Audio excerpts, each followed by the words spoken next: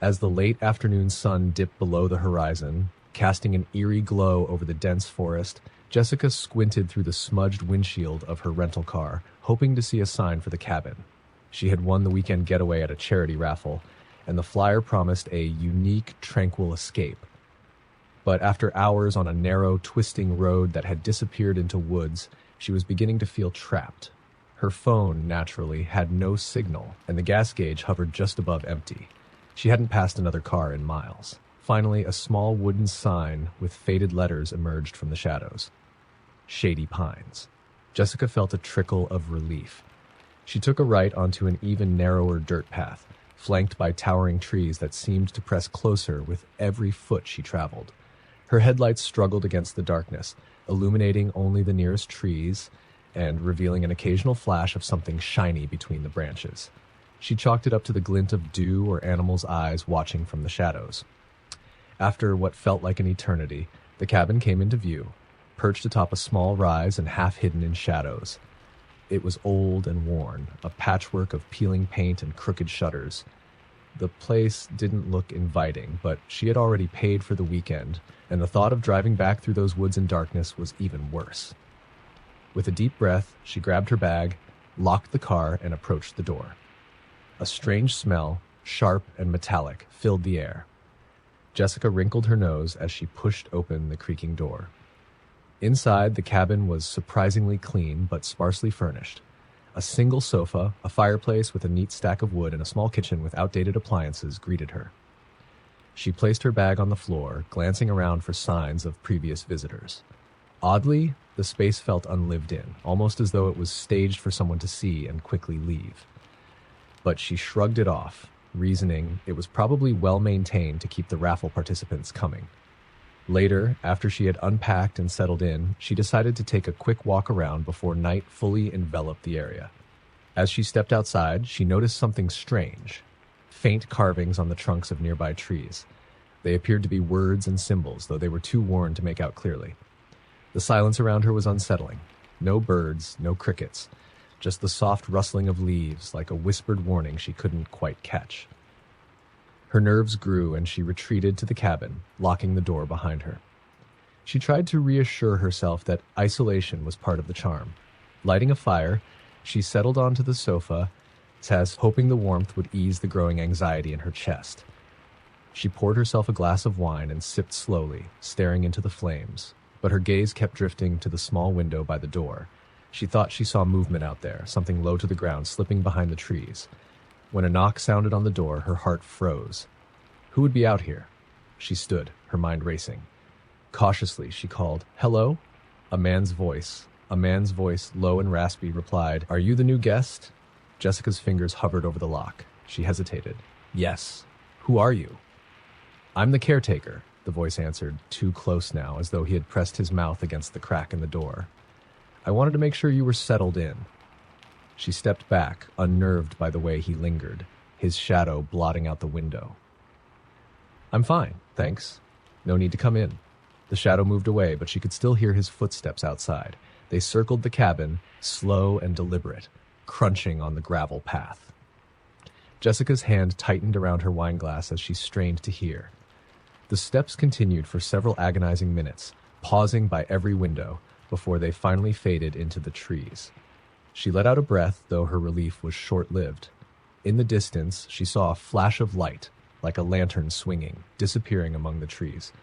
Jessica locked every window, her mind replaying the encounter. But when she finally lay down, exhaustion and wine overtook her, and she drifted into a fitful sleep. A loud crash jerked her awake in the middle of the night. She bolted upright, her heart hammering. The room was pitch black. Even the fire had died out, leaving only smoldering embers in the hearth. She heard scraping noises outside, like something dragging across the walls of the cabin. Another crash, this time at the back of the cabin. Jessica swallowed her fear and crept toward the door, peeking through the window. What she saw made her blood run cold. A figure, hunched and inhuman, crawled along the wall on all fours, its face obscured by a tangle of black hair, its limbs stretched and twisted in impossible ways. Its eyes gleamed in the darkness, catching the faintest glint of moonlight. She stumbled back, desperate to lock herself in the bathroom or the closet, anywhere it couldn't reach her. But as she turned, she heard a low, mocking laugh. The sound was distorted, coming from all directions at once, pressing in on her until she felt like she couldn't breathe. The door shook as if something was throwing itself against it. She fumbled for her phone, still no signal. The door rattled harder, the wood beginning to splinter. In desperation, she grabbed a fireplace poker, ready to defend herself if the door gave way. A final crash splintered the door. In the flickering shadows, she saw the figure crawl in, its limbs folding and unfolding like those of a grotesque spider, its body writhing unnaturally. It grinned, showing teeth far too sharp, too long. Jessica backed away, trapped. The creature slithered closer, its grin widening as it reached a clawed hand toward her. She screamed, swinging the poker, but it passed through the creature's body like smoke. It laughed again, a sound that echoed inside her skull, drilling into her mind with a bone-chilling terror. As it drew close, Jessica realized that the walls around her had begun to close in, suffocating the room into darkness. Her vision blurred, her breath shallow. She felt the weight of cold, clammy hands on her shoulders, dragging her down into a darkness that felt endless. The last thing she heard was its voice, whispering in her ear, "Welcome home." The next morning, a new caretaker arrived to check on the cabin. He noticed Jessica's rental car parked out front, but the cabin itself was empty. Inside, he found her belongings untouched, the bed neatly made, the fireplace ashes cold. Only one thing was out of place: her phone, lying on the floor in the center of the room, the screen cracked as though it had been dropped in haste. He glanced around, puzzled, but shrugged it off. Another guest would be arriving soon. They always did. On a brisk October evening, Brian and Alice rolled down a desolate country road, heading toward an obscure bed and breakfast that promised charm and history. The trip had been Alice's idea. She loved quaint little towns and hidden inns where stories of the past hung in the air like perfume. But as they got closer to their destination, the GPS took them deeper into isolated back roads. Trees stretched over the road like skeletal arms, casting long shadows that danced in the car's headlights. Brian grew uneasy, but he didn't say anything. After what felt like ages, the small inn finally appeared at the end of a winding gravel drive. It looked forgotten, with ivy crawling up crumbling brick walls and windows clouded by age. A dim, flickering light glowed above the door, casting strange, wavering shapes on the ground. Alice was enchanted. Brian felt a shiver creep up his spine as they climbed out of the car and approached the entrance. Inside, the inn was decorated with dusty antique furniture, faded wallpaper, and portraits of unsmiling people whose eyes seemed to follow them. A single bell on the front desk summoned an old woman from a back room, her pale skin stretched thin over sharp bones, her eyes deep-set and unblinking. Her gaze lingered on Brian a second too long before she handed them an old-fashioned brass key. "Room 8, up the stairs, end of the hall," she instructed, her voice cracked and faint. She leaned close to Alice, whispering, "Don't mind the other guests." Before Alice could ask, the woman had disappeared back into the shadows, leaving only the sound of footsteps echoing down an unseen hallway. The hallway upstairs was eerily quiet, with only the sound of their footsteps breaking the silence. As they reached room 8, Brian noticed the door was already slightly ajar. He pushed it open, and a faint, musty odor seeped out. Inside, the room was small and dark, with a bed that looked as though it hadn't been slept in for years. Heavy, moth-eaten curtains framed a window overlooking the shadowy grounds below. They settled in, though Brian couldn't shake the feeling of being watched. The sense of wrongness in the room grew, gnawing at him. He tried to shrug it off, not wanting to ruin the trip for Alice. She, however, seemed fascinated, inspecting every detail and even joking about the historical ambiance of their surroundings. That night, Brian's sleep was fitful. Shadows seemed to move along the walls, growing longer, reaching across the room. At one point, he thought he heard whispering, a distant voice that seemed to be calling his name. He lay in the darkness, listening, heart pounding, but only silence answered him. Around midnight, he felt Alice shift beside him, then sit up. He turned to her, but her face was blank, her eyes open yet unseeing. She rose, stepping toward the door without a word. Brian whispered her name, reaching out, but she didn't respond. She walked out of the room and into the hallway, her steps slow and mechanical. He jumped out of bed, following her down the hall, where she made her way to the staircase. The inn was silent, except for the soft sound of her footsteps. As he followed, he thought he saw figures in the shadows, faint shapes of people, their faces lost in darkness. They were all watching Alice, their heads turning as she passed, yet they remained motionless. "Who's there?" Brian called out, his voice trembling. No answer. He reached the stairs where Alice continued down, her hands brushing lightly along the walls, as if she were being led by an unseen force.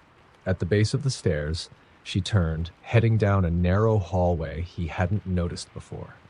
The shadows grew thicker here, and a damp, decaying smell filled the air. Brian's heart raced as he followed her, his every instinct screaming for him to turn back, but he couldn't leave Alice alone. At the end of the hall, they reached a door he hadn't seen before, heavy and worn, barely hanging on its hinges. Alice pushed it open, and beyond was a narrow spiral staircase descending into darkness. She started down the steps, and he followed, the creaking of each step echoing in the closed, damp air. They reached the bottom, where a faint light glowed. The room was small, with low ceilings and walls lined with strange, faded tapestries. At the center stood an old wooden table, and on it lay a single, open book. Alice moved forward, her hand reaching out to touch it. Her fingers grazed the brittle pages, and suddenly, Brian saw movement in the shadows around them. The figures from the hall were here too, but now he could see their faces, pale, gaunt, with hollow eyes that seemed to drink in the darkness. They stared at him, mouths open in silent screams, eyes full of terror and accusation. One figure moved closer, its bony hand reaching out. Brian stumbled back, nearly tripping over a broken stone on the floor. He grabbed Alice's arm, trying to pull her away from the table, but she remained frozen, her gaze locked on the book as though entranced. The pages of the book began to turn, though there was no breeze. As they flipped, Brian could see faded writing scrawled in blood-red ink. He caught words here and there, phrases like curse, eternal hunger, and sacrifice. Suddenly the room grew colder, and a low, guttural growl echoed from the walls. The figures around them began to whisper, a chorus of hollow voices chanting in a language he couldn't understand. Their whispers grew louder, filling his mind with fear and dread. He gripped Alice's arm, yanking her back, finally breaking her gaze from the book. The chanting stopped. The figures melted back into the shadows, but their eyes remained, staring at him with an intensity that made his skin crawl. One by one, they seemed to vanish, but the last figure lingered, its face inches from his, whispering, "Leave this place, or become like us." Without another thought, Brian dragged Alice up the staircase, her footsteps sluggish as though something were pulling her back. He didn't stop until they were back in their room, slamming the door shut and leaning against it, gasping for air. Alice blinked, her expression confused as if she had just woken from a dream. What happened?" she murmured, clutching her head. Brian didn't answer. He knew they had to get out of there. They threw their belongings into bags, not bothering to fold or organize, and stumbled down the stairs. The inn was silent, but he could feel eyes on them, the same eyes from the shadows. Just as they reached the front door, he glanced back, and for a brief, heart-stopping moment, he saw the figures standing in the hallway, watching, waiting. They burst outside, practically falling into the car. Brian started the engine, and they sped down the gravel drive, away from the cursed place. As they drove, Alice looked back, her face pale. "Brian," she whispered, "look." Against his better judgment, he glanced in the rearview mirror. Through the trees, he could see the figures standing in the inn's windows, staring out at them, their faces twisted in fury. One by one, the lights in the inn flickered out, leaving only darkness. They drove in silence, neither of them speaking until the first hints of dawn appeared on the horizon. The inn, and the faces that haunted it, faded from view, but Brian knew they would never truly escape the memory of that night. Every now and then, as they continued their journey home, he'd glance in the mirror, half expecting to see those hollow eyes staring back at him, waiting for him to return. On the mist-shrouded backroads of Ireland, Sean and Claire had been driving all day, weaving through tiny villages, enjoying the rugged beauty of the countryside. They had planned to make it to a charming seaside inn by nightfall, but a wrong turn and a fog that clung thick and heavy had left them lost. As the daylight faded, they spotted a weathered sign pointing down an even narrower road. "Old Luff Lodge, 2 miles. Looks like our only option," Claire said, squinting out at the encroaching mist. Sean nodded, though unease prickled at him. He had heard enough local stories of strange places tucked in the Irish hills, places where visitors sometimes vanished without a trace. When they finally pulled up to the lodge, it was nothing like the seaside inn they'd been picturing. The building was tall and gray, towering over the fog-covered landscape, with narrow windows like slits in its stone face. Ivy crept up the walls, and the air was filled with the scent of damp earth and moss.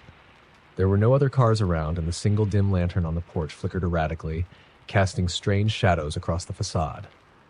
They hesitated at the door, which bore a brass plaque reading, Luff Lodge, Estet 1703.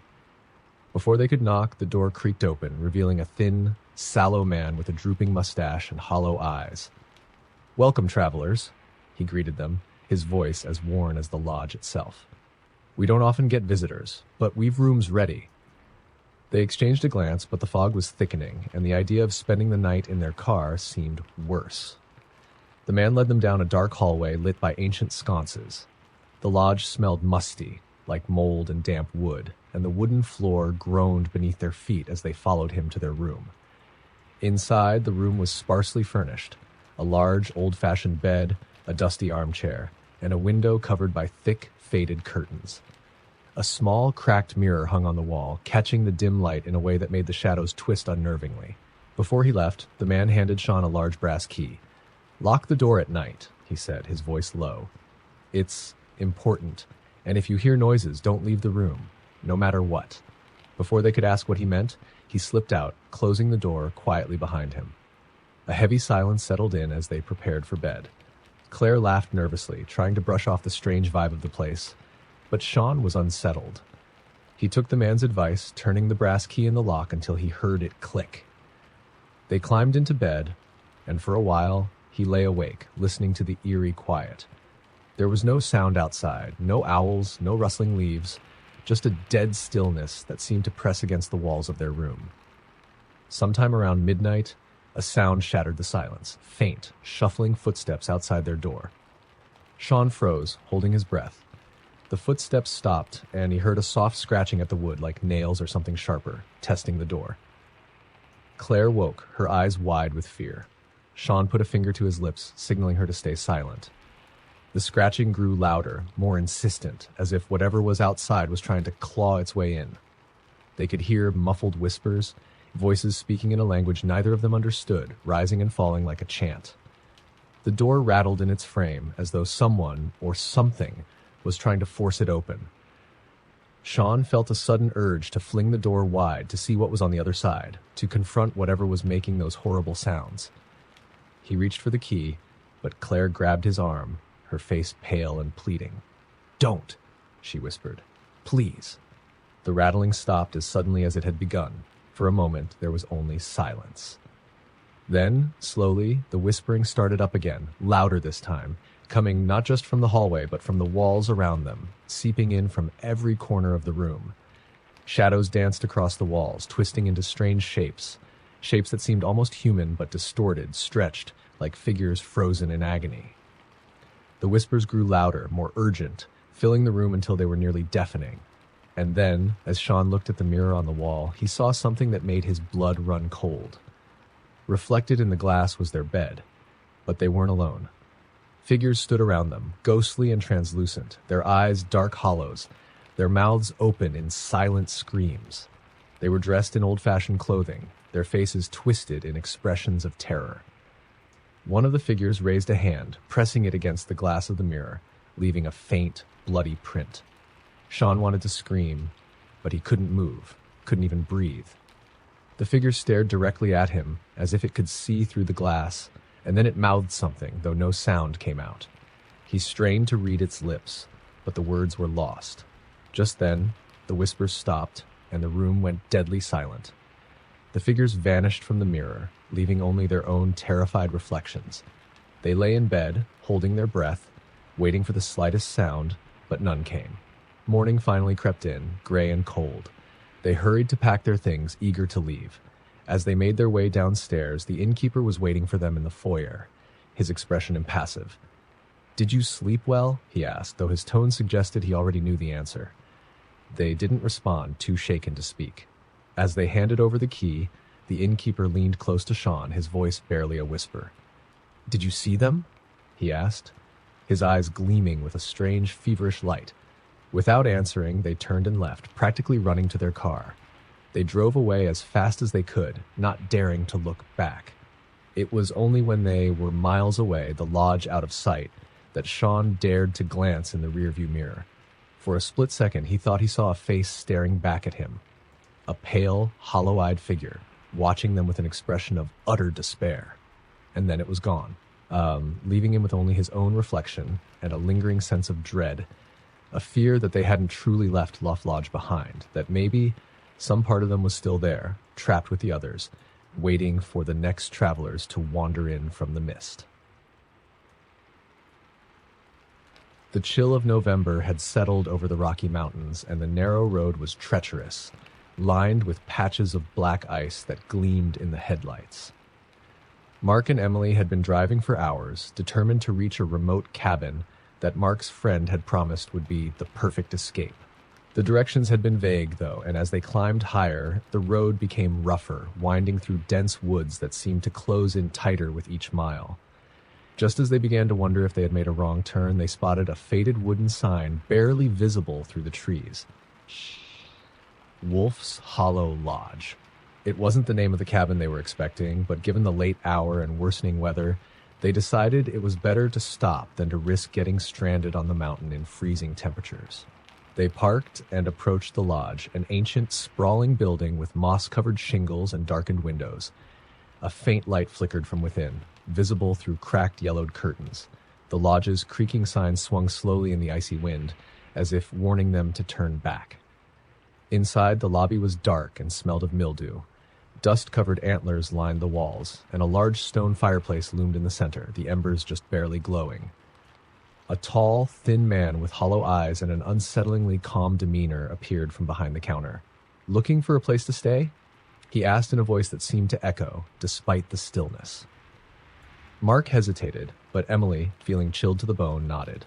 The man handed them a tarnished brass key with a worn tag that read, "Room 13. He didn't give any instructions or ask for payment, only nodded as they climbed the stairs to the second floor. The hallway was dimly lit by a single flickering bulb, casting long shadows that seemed to stretch and twist. Mark had the eerie sensation that the shadows were moving on their own. Their room was cold and damp, with old, tattered wallpaper that had peeled away in patches to reveal strange markings scratched into the walls. Emily went to draw the curtains, but froze, staring out the window. "There's something odd about the trees," she murmured. Mark joined her, peering out. The trees surrounding the lodge were twisted, their branches forming strange shapes against the moonlit sky. Some of the branches even looked like arms reaching out, and as he stared, he could have sworn he saw faint, pale faces gazing back from the dark spaces between the trees. They tried to brush it off, chalking it up to nerves and exhaustion. After all, it was just an old lodge. But even as they settled into bed, a sense of dread clung to them. The silence in the room was oppressive, broken only by the occasional sound of footsteps creaking on the floor above. Mark tried to tell himself that someone else must be staying at the lodge, though they had seen no one else besides the man at the counter. Sometime after midnight, Emily woke to a soft, rhythmic tapping coming from the wall. She shook Mark awake, and they lay still, listening. It sounded like fingernails, scratching and tapping in a slow, deliberate pattern, moving up and down the wall. "Who's there?" Mark whispered, his voice barely audible. The tapping stopped, replaced by a heavy, labored breathing that seemed to come from all sides of the room. Emily's grip tightened on his arm, and he felt her shaking. The breathing grew louder, and they heard a faint, gravelly voice whisper from somewhere nearby, almost as if it was inside their heads. "You shouldn't have come here. You don't belong." The voice trailed off into a low, guttural chuckle that sent shivers down their spines. Mark jumped out of bed and pulled Emily to her feet, determined to get out. But as they reached the door, they found it wouldn't budge. The lock was jammed, the old brass key refusing to turn. Panic clawed at him as he tried again and again, but the door seemed to be held by something much stronger than the simple lock. Just then, the light above them flickered and went out, plunging the room into complete darkness. A soft shuffling sound filled the silence, like something dragging across the floor, inching closer. Mark fumbled for his phone, desperate for any source of light, but the screen stayed dark. Dead. A whisper drifted from the shadows. They're waiting. They're always waiting. Mark's heart hammered as he reached out, feeling for Emily's hand. But instead, his fingers brushed against something cold and rough, a surface that felt like bark. But when he yanked his hand back, he realized he'd been touching something that felt like a hand, though it was twisted and gnarled like an old tree branch. Emily screamed, and Mark pulled her to the window, hoping they could somehow escape that way. But when he threw back the curtains, they both recoiled. The trees had moved. They were no longer scattered around the grounds, but pressed up against the window, twisted limbs scratching the glass, their bark-covered faces inches from the pane. Dark, hollow eyes stared in, and one of the branches curled, beckoning. Mark grabbed a chair and smashed it against the window, but the glass refused to shatter. Outside, the figures seemed to smile, their mouths stretching far too wide, revealing rows of sharp, splintered teeth. Suddenly, the door creaked open. They turned, hoping to see a way out, but instead the hall was filled with a dense fog, swirling with dark shadows. Figures moved within it, ghostly, transparent forms of people with vacant eyes and mouths twisted in silent screams. They shuffled closer, their movements jerky, unnatural, as though they were being pulled by unseen strings. Desperate, Mark and Emily backed away from the door, feeling the cold presence of something lurking behind them. A faint, icy hand brushed against the back of Mark's neck, and he spun around, but there was nothing there. Just the room, now filled with dark shapes looming from every corner. The whispers grew louder, and one figure, its face sunken and hollow, stepped forward. They took us long ago. We are part of them now, and soon you will be too. Mark and Emily clung to each other, their breaths coming in short, panicked gasps. The shadows pressed closer, their faces melting into the gnarled, bark-covered features of the trees outside. It was as if the very walls of the lodge were alive, morphing around them, trapping them in a prison of wood and shadow. Just as the figures reached out, their twisted hands inches from Mark and Emily's faces, everything went silent. The lights flickered back on, the room was empty, and the window showed only the quiet, snowy woods outside. The door swung open, revealing the empty hallway. Not wasting a second, they bolted, stumbling down the stairs. The lobby was silent, and the man behind the counter was nowhere to be seen. They threw open the door and ran to the car, jumping in and speeding down the icy road without looking back. When they finally reached the main road, they pulled over, gasping for breath, adrenaline still coursing through them. Mark dared a glance back up the mountain, but the lodge was gone. In its place, the trees seemed denser, their branches twisted like outstretched fingers. Days later, when they told the story to Mark's friend who had suggested the cabin, he only stared at them in confusion. "There's no lodge up there," he said. "That road doesn't go anywhere but to a dead end." Yet every now and then, when the weather was just right, locals would swear they saw a faint glow on the mountainside and hear faint whispers on the wind, warning travelers to turn back before it was too late. And on the coldest nights, some swore they could even see two faces staring out from between the trees, as if waiting for a way home that would never come. In the heart of rural Japan, nestled at the end of a narrow path lined with dense bamboo, stood the abandoned Yurei Inn. Locals called it the place of wandering spirits. Hana, a photographer, had heard rumors about it for years. Ghost stories were popular in the area, but she wanted to capture something otherworldly, and the Yurei Inn seemed like the perfect place for her next project. Her friend Kenji warned her, "No one who has stayed a night there has come back quite the same." But Hana dismissed the tales as superstition, eager to see if the inn could offer the eerie images she craved. She arrived in the early evening, just as a mist began to settle over the path leading to the inn. The building was dark and ancient, with peeling shoji screens and crumbling wood. A quiet chill lingered in the air, thick with the scent of damp earth and decay. As Hana pushed open the heavy door, it groaned, and she felt an odd shift, as if the inn was acknowledging her presence. Inside, the dim hallway was lined with dusty tatami mats and faded lanterns. She set up her camera, snapping pictures of every strange shadow and broken panel. The place had an undeniable charm, with history emanating from every creak of the floorboards. But as she ventured deeper, she began to feel watched. In the main hallway, she found an old guest book, its pages yellowed and crumbling. To her surprise, it was filled with names and dates, each entry followed by a single kanji character. Do. Curse. She ran her fingers over the ink, which looked strangely fresh. A chill ran down her spine, but she shrugged it off, convinced it was just a local prank to scare off visitors. As night fell, Hana continued exploring. Every sound, the wind rustling the paper walls, the creak of the wooden beams, seemed amplified. Shadows seemed to shift in the corners of her vision. But when she turned, there was nothing there. Her camera began acting up, refusing to focus, and strange static filled each shot. Finally, she found a room at the end of the hall. It was more intact than the others, with a low table, cushions, and a cracked mirror resting against the wall. She set her camera on a cushion and gazed at her reflection, noticing how dim the room appeared, as if the mirror absorbed all light. Then, in the corner of the mirror, she saw something that made her blood turn to ice. A woman's face, pale with sunken eyes, hovered behind her.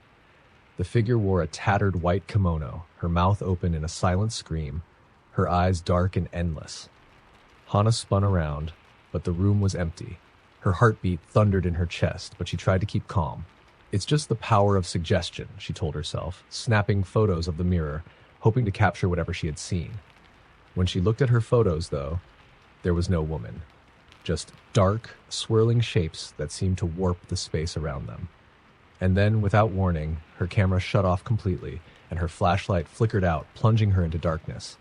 She fumbled for her flashlight, but as soon as she clicked it on, she wished she hadn't.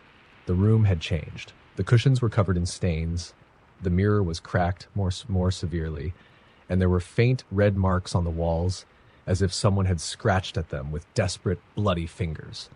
A faint whisper filled the air, a soft, mournful sound.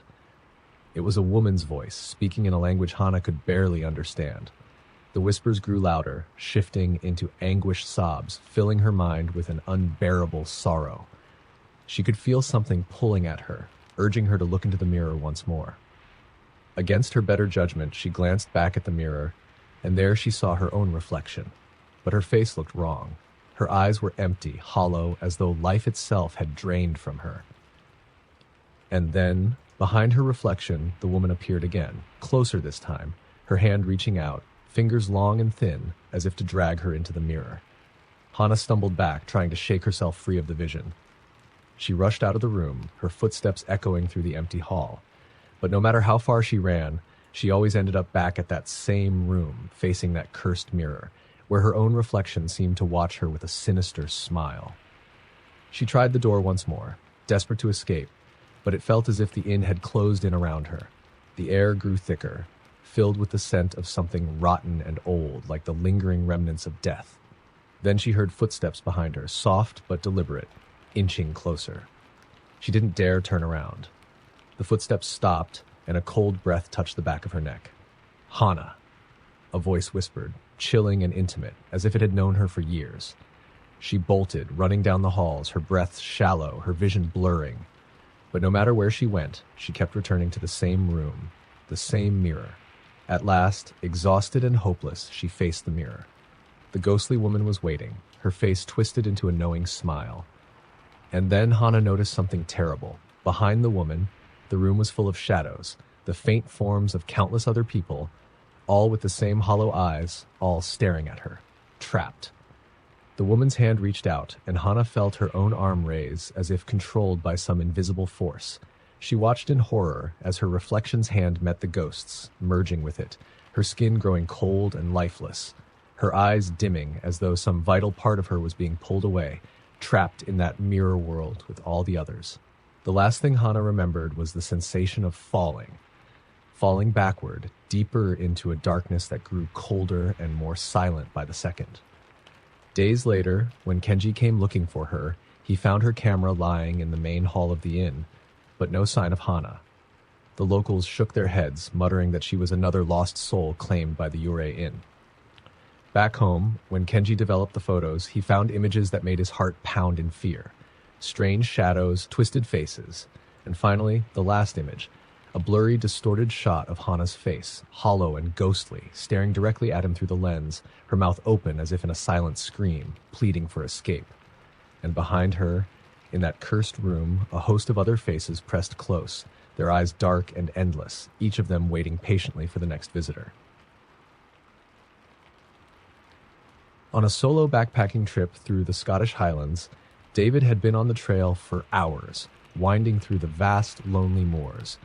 Nightfall was quickly approaching, but he was far from the village where he had planned to stay. His GPS had died hours ago, and with a mist rolling in, he decided he had to find a place to shelter for the night. Just as the last light was slipping away, he spotted an old stone bothy, a small, abandoned cottage where travelers would sometimes take refuge. Relieved, he approached the dark structure, its roof sagging and walls blanketed in ivy. He noticed that the door was slightly ajar, creaking gently as it swayed in the breeze. The mist was thickening, so David didn't hesitate to step inside. Inside, the bothy was just as he'd expected, cold, dusty, and entirely bare. No furniture, only cobwebs and a chill that seemed to seep from the stones themselves. The only feature in the room was a fireplace, long unused, with faint traces of ash and a few charred bits of wood scattered inside. David pulled out his sleeping bag, laid it down, and sat near the hearth, trying to warm up as best he could. As he settled in, the mist outside crept up against the small window, distorting the fading light. He felt an inexplicable urge to glance outside, but the swirling mist made it impossible to see anything beyond vague shapes. He lay down, exhaustion finally overtaking him, and started to drift off. But his rest was short-lived. He woke to the sound of muffled footsteps on the floor. Startled, he sat up, his pulse racing. The bothy was empty, or so he thought. The sound came again, a shuffling, almost dragging noise, as if someone were slowly moving across the room. He strained to see in the darkness, but there was nothing. He reached for his flashlight, only to find that it, too, had somehow died. His phone was also completely out of battery.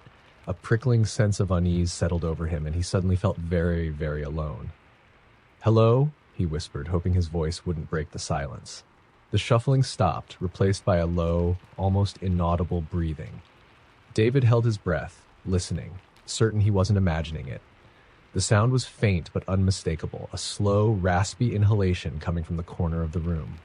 Swallowing his fear, he turned toward the corner, his eyes adjusting to the darkness. A pale shape began to emerge, a figure slumped in the corner, gaunt and hunched, its face shrouded in shadow. David froze, paralyzed as the figure began to stir, its head lifting to reveal a hollowed face, eyes sunken and mouth twisted in an unnatural grin. He felt his skin crawl as the figure stared at him with an expression that was neither alive nor dead, something caught in between. The breathing grew louder, ragged and shallow, filling the room with a sickly, suffocating presence. David scrambled to his feet, desperate to flee, but as he reached the door, he found it wouldn't budge. He pulled and yanked, but it seemed sealed shut, as if the bothy itself had closed in around him. Panic rising, he glanced back, only to see the figure was now standing, tall and thin, its limbs too long, too distorted, almost skeletal. It took a slow step toward him, its eyes never leaving his, a dark hunger emanating from those hollow sockets. He stumbled back, pressing himself against the door, his hand frantically searching for anything he could use as a weapon. His fingers brushed against a rusty metal rod near the hearth. Gripping it tightly, he raised it, trying to keep the figure at bay. But it continued to approach, each step echoing in the tiny room.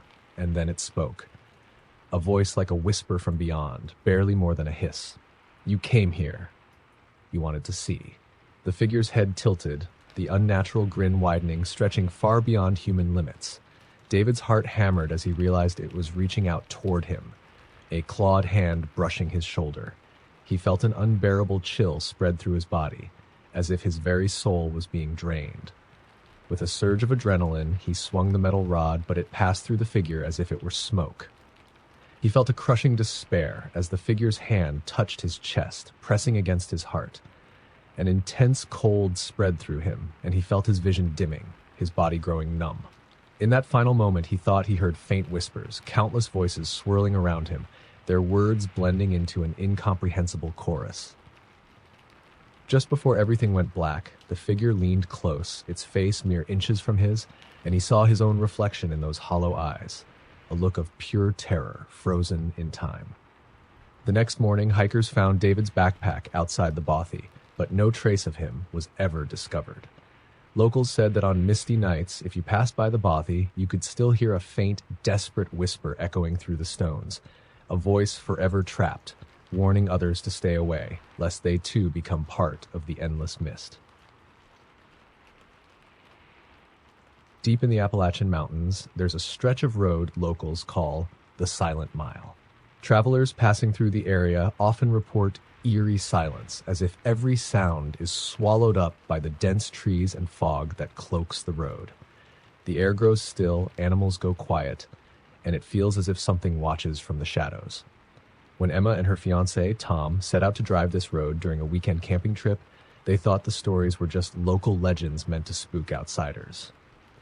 But what they found was far worse than anything they could have imagined. It was nearly midnight when they approached the Silent Mile, both of them tired but eager to make it to their campsite. They had been driving for hours, and the forest was dense, the night air heavy with the scent of wet leaves and earth. They reached the sign marking the beginning of the Silent Mile, and almost immediately, the sounds of their surroundings vanished. No crickets, no wind rustling the leaves, only a dense, suffocating quiet. Emma shivered, but Tom brushed it off as just another eerie part of the local lore. They drove slowly, the car's headlights barely cutting through the fog that grew thicker the deeper they went. It wasn't long before they saw a figure standing by the side of the road. She was a woman, dressed in a pale, old-fashioned dress, her hair long and loose around her face, her expression blank and distant. She was completely still, almost like a statue, staring out into the darkness. "Did you see that?" Emma whispered, her voice barely audible in the silence. Tom nodded, but instead of stopping, he accelerated slightly, eager to pass her. As they drove past, Emma glanced back, expecting to see the woman vanish into the mist. But instead, the woman turned, watching them drive away. Her face was expressionless, her eyes dark and hollow, and it sent a chill down Emma's spine. Trying to shake it off, they continued down the road, but after a few minutes, Tom slowed down, his face pale. Did we just pass her again?" he asked, his voice tight. Emma's blood ran cold. The same woman was standing by the side of the road, in the exact same spot, staring out into the darkness. This time, as they passed, her head turned, her hollow eyes fixed on them with an intensity that seemed to bore right through their skin. They drove on, silent and tense, both of them gripping their seats as Tom pushed the car to go faster. Minutes passed, and just as they began to feel they were leaving the Silent Mile behind, they saw her again, standing in the same spot, staring out into the night. Her face now held a faint, twisted smile, as though she knew something they didn't. "Just drive. Don't look at her," Emma said, her voice trembling. Tom pressed the gas, his knuckles white as he gripped the wheel. But no matter how far they drove, the woman reappeared again and again, always just ahead of them, always in the same spot, her expression growing more menacing each time they passed. Her eyes followed them, now fully locked on their car, her smile widening unnaturally, as if stretching too far for her face. Emma checked the map on her phone, desperate for some sign that they were close to the end of the road, but her screen was dark, no signal, and no map. The road twisted on endlessly, and the fog grew thicker, until the only thing they could see was the woman, standing in the fog, closer now, her face just inches from the car window, her smile so wide it looked like it was tearing her skin. Tom tried to turn the car around, but the road behind them was now cloaked in an even denser fog, stretching into a void of darkness. They were trapped, unable to go forward or back. Desperately, Tom honked the horn, and for a brief, harrowing moment, they heard something other than the silence. A faint whisper, layered and distorted, filling the air around them. "Stay with me," it hissed, 1,000 voices whispering as one. "Stay with me, stay forever." And then the woman moved, her hand reaching out, fingers too long, stretching as if to break through the glass. Her hollow eyes widened, her mouth opening in a scream that they couldn't hear but could feel, a soundless wail that vibrated through their bones, suffocating as if pulling the very life out of them. In sheer terror, Tom slammed his foot on the gas, and they sped forward, barely able to see through the fog. The woman appeared again and again, always just ahead, her form growing distorted and grotesque with each appearance, her face splitting into a jagged grin, her eyes now empty voids that seemed to swallow the light. Finally, just when they thought they couldn't take another second, they burst out of the fog, the Silent Mile behind them. The sounds of the forest returned all at once, the wind, the insects, even their own breathing, sharp and frantic. They didn't stop until they reached their campsite, where they sat in the car, shaking, barely able to speak. Neither of them slept that night, and when morning came, they were quick to pack up and leave, heading back to town without a word. When they finally returned, they shared their story with some locals, expecting disbelief. Instead, they were met with solemn nods. One old man, his voice thick with warning, said, "You're lucky. Some who drive the silent mile never come back. They say the road doesn't just take you through the forest, it takes you somewhere else." As they left, Tom glanced back at the road they had taken, to this half expecting to see her standing there, waiting.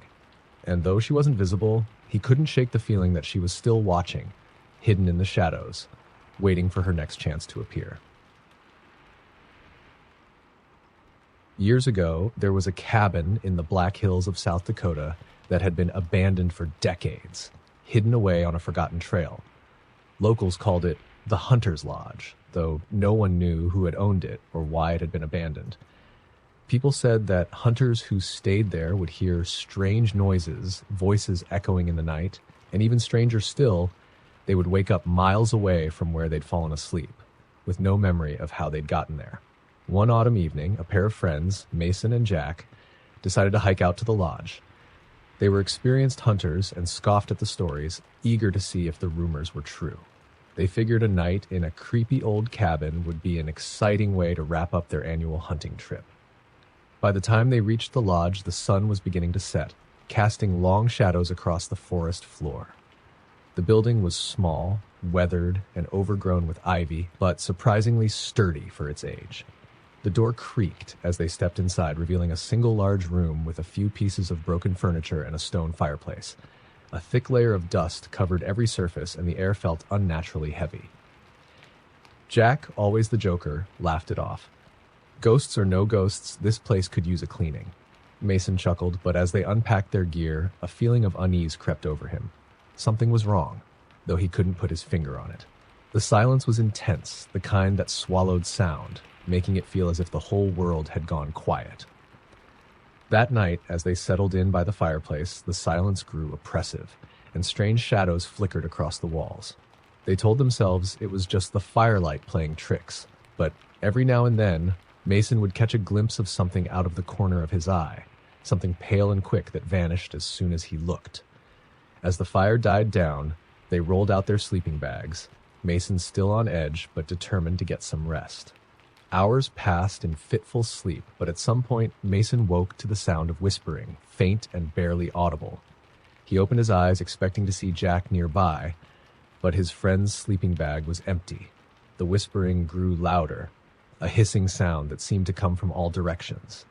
"Jack?" Mason called, his voice trembling. But there was no response. He grabbed his flashlight and shone it around the room, the beam piercing the darkness. His breath caught as he noticed something horrifying. Muddy footprints, wet and glistening, leading from the door across the floor and ending right beside his sleeping bag. But they weren't Jack's.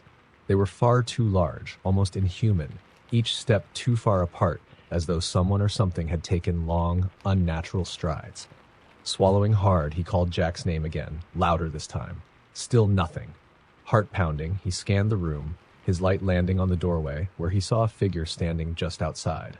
It was Jack, but he looked different, his face pale, his eyes empty, staring blankly ahead. Mason rushed over, only to stop dead in his tracks as he realized Jack's expression was all wrong. Frozen in a look of pure terror, just his mouth slightly open, lips bluish, as if he'd seen something unspeakable. "Jack!" Mason yelled, shaking his friend, but Jack didn't respond. His skin was ice cold, and there was a faint smell of earth and decay clinging to him. Panicking, Mason backed away, glancing around in a desperate attempt to understand what was happening. That's when he noticed the figure outside, a tall, looming shape just beyond the tree line, watching them. The figure was too far away to make out any features, but its presence radiated a cold, relentless malice. As Mason looked, the figure took a step closer, and with each step the whispering grew louder, filling his mind with words he couldn't understand. He felt something clawing at the edges of his thoughts, like an invasive presence trying to worm its way inside his head. In desperation, he grabbed Jack, trying to drag him back inside the cabin, but Jack was as heavy as dead weight. With a grunt, Mason looked up, and the figure was now at the edge of the doorway, almost close enough to touch. Without thinking, he let go of Jack, stumbling backward and slamming the door shut, his hands shaking as he threw the rusted latch. He could feel the presence just outside, pressing against the door, a suffocating dread seeping through the wood. The whispers grew louder, building to a fever pitch, filling his mind with a cacophony of voices, each one vying for his attention, drowning out his own thoughts. Then, as suddenly as it had started, the silence returned. The whispering stopped, the oppressive weight lifted, and the air was still. Mason waited, heart pounding, and dared to open the door a crack. Jack was gone. Outside, the forest was empty, the only sound a faint rustle of leaves as the wind began to stir. Terrified, Mason gathered his things and sprinted out of the cabin, abandoning the lodge and fleeing down the trail as fast as his legs would carry him. He didn't stop running until he was miles away, his lungs burning, his heart pounding. The next day, he returned to the lodge with a search party, but there was no trace of Jack. They found his sleeping bag, his gear, and footprints leading out into the woods that vanished into thin air. The locals shook their heads, muttering about the Hunter's Lodge, warning Mason that the place was haunted by the souls of those lost in the woods. Haunted by Jack's disappearance, Mason couldn't shake the memory of the whispers, the looming figure, and Jack's frozen face. Every night, as he tried to sleep, he'd hear faint whispers in his mind, words he couldn't understand, but that carried a sense of dark, lurking menace. Years later, hikers passing by the old lodge claimed to have heard strange, low voices coming from the trees, whispers warning them to stay away, and sometimes, just at dusk, a figure would appear at the edge of the forest, a tall, dark shape with hollow eyes that seemed to follow them, always watching, as if searching for someone who had slipped away. In the quiet town of Ashwood, there was a bridge known as the Narrow Crossing, an old stone bridge that stretched over a dark, slow-moving river. By day, it was just another aging piece of history, but at night, the locals warned against crossing it. They spoke of a spirit known as the Follower, a spectral presence that latched on to anyone who dared to walk the bridge after dark. Ellie and her friends, always skeptical of ghost stories, decided to test the legend. It was October, and the cold autumn wind seemed perfect for a late-night dare. They laughed as they made their way to the narrow crossing just as midnight approached. When they reached the bridge, the wind died, and an unnatural stillness settled over them. "Let's cross together," Ellie said, trying to mask her unease. Her friends nodded, and they began to walk in single file. But as soon as they were halfway across, Ellie felt a chill run up her spine, and she swore she could hear faint footsteps behind her. She turned, but no one was there, just the dark river below and the empty path. "Do you guys hear that?" Ellie asked, her voice trembling. Her friends laughed, but their laughter faded quickly as they too began to hear it. A soft, deliberate echo of footsteps trailing just behind them. Each step they took was mirrored by another, as if someone invisible were matching their pace, inching closer with every second. "Keep walking," one of her friends whispered, their faces growing pale. They picked up their pace, but the footsteps grew louder, keeping perfect time. Ellie felt her heart race, every instinct screaming at her to run, but a voice in the back of her mind warned her to stay calm. The bridge was narrow, and the fall below was treacherous. If they broke into a sprint, they risked tumbling over the edge. As they neared the end of the bridge, the footsteps grew heavier, and a cold mist seemed to rise from the river, swirling around them. Ellie glanced over her shoulder again, her eyes widening as she saw the faint outline of a figure emerging from the mist. A dark shape, tall and gaunt, with hollow eyes that glowed faintly in the dim light. Its face was hidden in shadow, but its gaze was fixed on her, unblinking, relentless.